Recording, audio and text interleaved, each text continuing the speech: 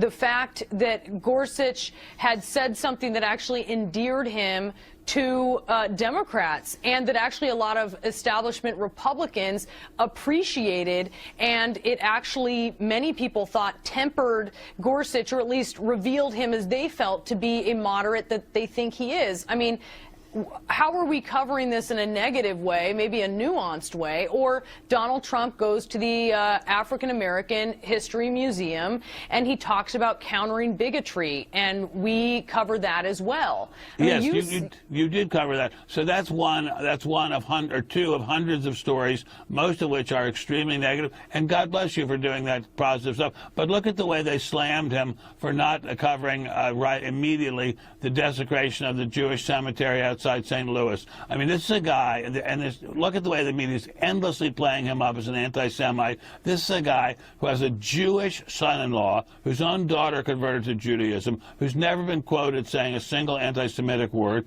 and they're constantly slamming him as being a racist or a white supremacist or something without any evidence of it at all. I think, with the greatest respect, and I appreciate your pointing out things where I was mistaken, but with the greatest respect, this is a guy that they're just smearing all the time. I don't blame him for wanting to fire back at them. If he were as smooth as Ronald Reagan, he would handle it more smoothly. But no one, again, will ever be as smooth as Ronald Reagan. You said you think the press is trying to do to him what they did to Richard Nixon. Yes. So give us your perspective on that, because a lot of people look at what happened to Richard Nixon and they say, I mean, it was what Richard Nixon did to himself. The tapes from the Oval Office showed that 6 days after the Watergate break-in, he was discussing himself. He was discussing a cover-up. You know, the smoking gun tape. I mean, how did the media do that to Richard Nixon? The media picked one tiny little thing that he did. One tiny little thing he did. What tiny little thing? One tiny little thing he did, which is just to discuss a cover-up. He didn't do the cover-up. They didn't follow through with the cover-up payments that he discussed. They just discussed it. This was a guy who brought more peace to the world than any president in the 20th century. Open relations with China. First strategic arms limitation talks with the Soviet Union and leading to an agreement. Ended the war in Vietnam. Brought home the prisoners of war. Saved the life of the state of Israel. And so you think the Watergate scandal and what was uncovered was phooey? It was not a good thing. Shouldn't have done it, obviously. But compared with his achievements, nothing. And I think they're doing the exact same thing to Mr. Trump, whose achievements, by the way, compared with Nixon, are nil. But I think they're trying to do the same thing. They're trying to undo him, basically, before he even gets started. Okay. I wouldn't argue that, no. Okay. So let's say... I would argue, for instance, that, Fred Phelps... very severely with 12 members of the Westboro Baptist Church, and what they say is faggot. In Iran, you get thrown off a rooftop. I do not think Jerry Falwell, and I think a lot of Christians would take. Hold on. Okay, so let me make my point that I was making before you did this. Okay, the baseline, the jumping off point, Jesus, right? Okay, Jesus. Okay, Jesus never killed somebody. Jesus never beat his wife. Jesus never advocated to beat your wife. Jesus never caused a war. Jesus never beheaded anyone. Jesus never called for the killings of Christians and Jews. Jesus never established even a form of law. Muhammad did all of those things. So could we agree that Muhammad himself would be a radical fundamentalist that we would both have a problem with?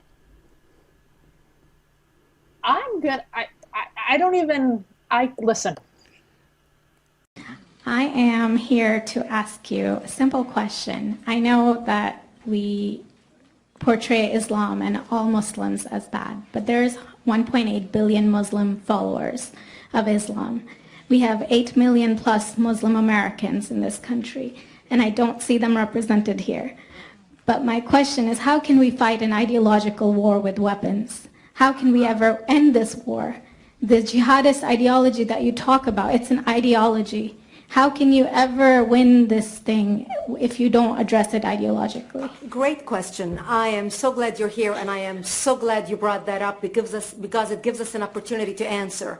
What I find so amazing is since the beginning of this panel, which we are here about Benghazi attack against our people, not one person mentioned Muslims. We are here against Islam, or we're launching war against Muslims. We are here to discuss how 4 Americans died and what our government is doing. We were not here to bash Muslims. You were the one who brought up the issue about most Muslims, not us. And since you brought it up, allow me to elaborate with my answer. There are 1.2 billion Muslims in the world today. Of course, not all of them are radicals. The majority of them are peaceful people. The radicals are estimated to be between 15 to 25%, according to all intelligence services around the world. That leaves 75% of them peaceful people.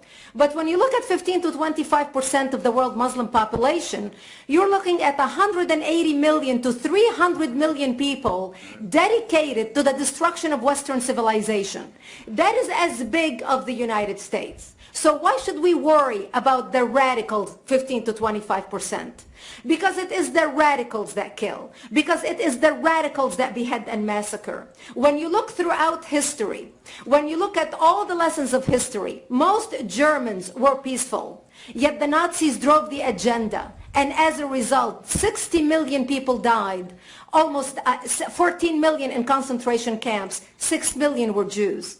The peaceful majority were irrelevant.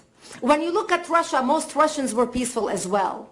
Yet the Russians were able to kill 20 million people. The peaceful majority were irrelevant. When you look at China, for example, most Chinese were peaceful as well. Yet the Chinese were able to kill 70 million people. The peaceful majority were irrelevant. When you look at Japan prior to World War II, most Japanese were peaceful as well. Yet Japan was able to butcher its way across Southeast Asia, killing 12 million people, mostly killed with bayonets and shovels. The peaceful majority were irrelevant. On September 11th in the United States, we had 2.3 million Arab Muslims living in the United States. It took 19 hijackers, 19 radicals to bring America down to its knees, destroy the World Trade Center, attack the Pentagon, and kill almost 3,000 Americans that day. The peaceful majority were irrelevant. So for all our powers of reasons and us talking about moderate and peaceful Muslims, I'm glad you're here. But where are the others speaking out? And since you are the only Muslim representative, in here, you took the limelight instead of speaking about why our government, and I assume, are you an American? You're an American citizen. So as an American citizen, you sat in this room and instead of standing up and saying a question or asking something about our 4 Americans that died and what our government is doing to correct the problem, you stood there to make a point about peaceful, moderate Muslims. I wish you brought 10 with you to question about how we can hold our government responsible. It is time we take political correctness and throw it in the garbage where it belongs and stop calling it. All of our best debates are always about policy, and it should be about policy that affects women specifically. The Romney campaign wants to talk about women and the economy. The women in this country still make 77 cents on the dollar for what men make. So if women don't make less than men? Actually, if you start looking at the numbers, Rachel, there are lots of reasons for that. Wait. Well, don't tell me the reasons are. Do women make less than men for doing the same work? No, because... Wow. Well, okay. Well, for example, men work an average of 44 hours a week. Women work 41 hours a week. Men go into professions like engineering, science, and math that earn more. Women want more flexible professions. Listen, this is not a math is hard No. Yes, it is, actually. No, it isn't. Well, you have to listen. All right, let Rachel frame it, though, the way Rachel, right now, laid it out. women are making 77 cents on the dollar for what men are making. But that's not true. If so, let Rachel make her point. Every greedy businessman in America would hire only women, save 25%, and be hugely profitable. I feel like this is actually, I mean, it's weird that you're interrupting me and not letting me make my point, because we get along so well, so let me make my point. I will. But it is important, I think, the interruption is important, I think, because now we know, at least from both of your perspective, that women are not faring worse than men in the economy, that women aren't getting paid less for equal work. I think that's a serious basis, a difference in factual understanding of the world. But given that some of us believe that women are getting paid less than men for doing the same work, there is something called the Fair Pay Act. There was a court ruling that said the statute of limitations, if you're getting paid less than a man, if you're subject to discrimination, starts before you know that discrimination is happening, effectively cutting off your recourse to the courts. You didn't know you were being discriminated against, you can't go. The first law passed by this administration is the Fair Pay Act, to remedy that court ruling. The Mitt Romney campaign put you out as a surrogate to shore up people's feelings about this issue after they could not say whether or not Mitt Romney would have signed that bill. You're supposed to make us feel better about it. You voted against the Fair Pay Act. It's not about whether or not you have a female surrogate. It's about policy and whether or not you want to fix some of the structural discrimination that women really do face that Republicans don't believe is happening. It's policy, is the argument. It's policy, and I love how passionate you are. I wish you were as right about what you're saying as you are passionate about it. I really do. That's For really example, condescending. no, I mean, this is a stylistic issue. I'll tell you what. My passion on this issue Here's a fact. is actually me making a factual argument on it. Alex, may I share one fact with you? When you look at, for example, single women working in America today between the ages of, I think, 40 and 64, who makes more, men or women, on average? Men make $40,000 a year. Women make $47,000.